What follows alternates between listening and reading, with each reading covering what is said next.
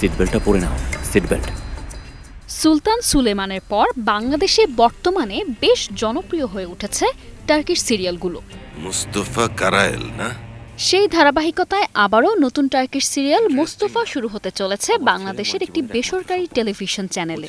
এই সিরিয়ালটির গল্প এগিয়ে গেছে একজন সৎ পুলিশ অফিসারকে কেন্দ্র করে। মিথ্যা মামলার শিকার হয়ে 1 বছরের জন্য যিনি বন্দী হন কারাগারে। বছর ব্যবধানে জেল থেকে মুক্তি পেলেও চাকরি হারান সেই পুলিশ অফিসার, সাথে হারান একমাত্র ছেলের হেফাজত। জলদি তুমি আমাকে এসে নিয়ে যাও। একদিকে নতুন করে জীবন শুরু করার সংগ্রাম, অন্যদিকে ছেলেকে ফিরে পাওয়ার প্রচেষ্টা। এই দুয়ে এগিয়েছে মোস্তফা সিরিয়ালের গল্প, যেখানে প্রধান চরিত্রে অভিনয় করেছেন ইলোকের কালেমি।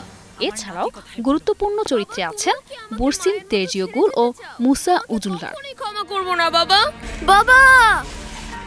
মোস্তফার জীবন সংগ্রাম, ন্যায় বিচারের জন্য তার লড়াই আর পিতৃত্বের গভীর মমত্ববোধের টার্কিশ ড্রামা সিরিয়ালটি যৌথভাবে পরিচালনা করেছেন চাগরিভিলা লোসত্তাভালি এবং ওসমান তাসি।